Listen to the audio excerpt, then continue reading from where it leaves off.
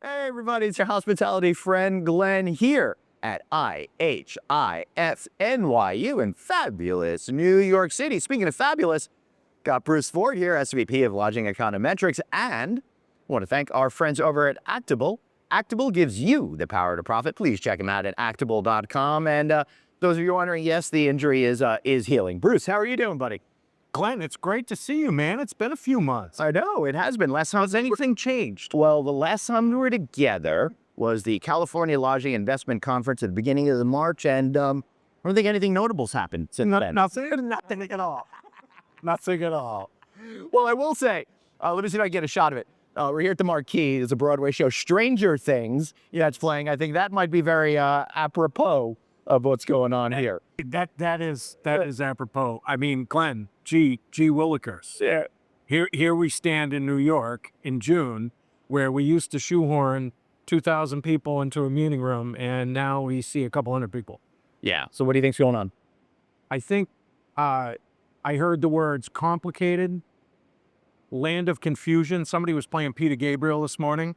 It is the land of confusion. No, that was Genesis. Oh, there we go. After Gabriel led. Oh, after Gabriel. Yeah. See, all right. 1986. We got to Invisible Touch We album. got to go with the Phil Collins, right? Yeah. Okay. There we go. Everybody is seeking return.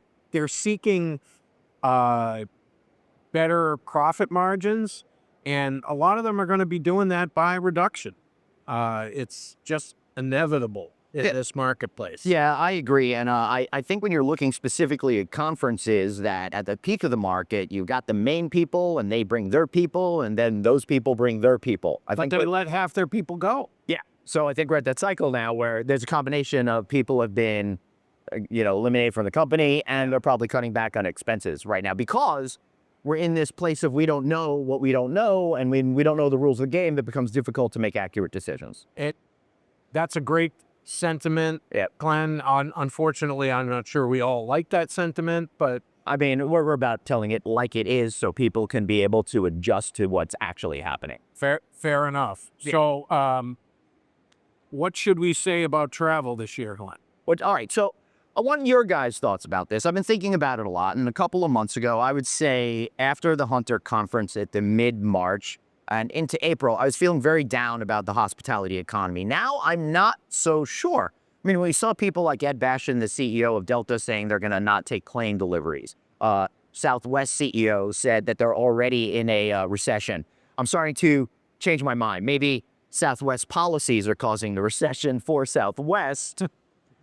Delta seems to be making more money, but they're cutting back on international flights where they need to. Yeah. And I'm starting to think, after speaking with Jeff Bellotti, CEO of Wyndham last week, and others, that I think drive-to business is going to be really strong. So it's hard to put it all into one bucket. Drive-to should be great. Yeah. Summer. Right. Because I think it's a great summer in America to get the car. Gas is cheap, okay, compared to airlines. And also, hotels are going to be cheap. I mean, if you want a good potential vacation, drive the U.S.-Canadian border and stay on the U.S. side. Because they're all going to be looking for, looking for customers. That's true. Those hotels in particular are suffering a lot, as are hotels in Florida, depend on a Canadian market, for example. But the decisions that have to be made about real estate this year, Glenn, are still very present. People are seeking new debt deals. Debt is not cheaper. Right. People are perhaps selling to trim the herd to protect the rest. That's expensive. But decisions have to be made in 2025. And unfortunately, regardless of economic conditions, people who have held on this long are now facing a lot of challenging decisions. Yeah, so I think what we're talking about here is when it comes to real estate, we're stopping the pretending and maybe actually getting into some real transactions. Real transactions this year, Glenn. So I know you are the real estate champion. I'm gonna make a guess. You're gonna tell me if I'm right or wrong. New builds are gonna be muted, but you're gonna see conversions. A lot of conversions, record levels of conversions. New construction, because there's so many new brands, the pipeline keeps growing. Okay, that doesn't mean it keeps starting. Yeah. Okay, so we've been between 140 and 148,000 rooms under construction for the past 3 years. Wow. So it's just kind of right in that zone and really hasn't changed. So we're opening about what we start, plus or minus, okay? And it's kind of stayed right there. And that's just because there's just so many new brands and so many new markets opened up to those new brands that therefore we have signings. But that doesn't mean we have starts all the time. So those conversion brands are very popular. It's the reason that companies continue to purchase other brands and franchise companies to merge into the larger ones. You know, Marriott with City Express, IHG with Ruby Hotels.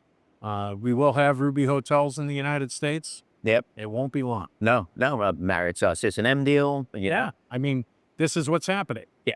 And so as a result, they're using their value of their stock price to leverage growth. Right. And there's going to be a few other levers. There's not a lot more levers left, okay? But there are a few more levers, and we're going to continue to see that too as it comes to reining in expenses. All right. So I think the big picture then that we're really talking about today is the hotel economy might be very different than the general consumer economy, and the hotel business should be okay this summer, specifically when we're talking about drive to business. Additionally, if you're on the development side, it's all about getting those properties converted, trying to get some renovations done, get those open, and the big brands are continue to look for consolidation. I think we may see some sites come up for sale with franchise agreements attached to them too. Yeah. Where some entrepreneurial investors who can hold on to it for a little while. Yeah.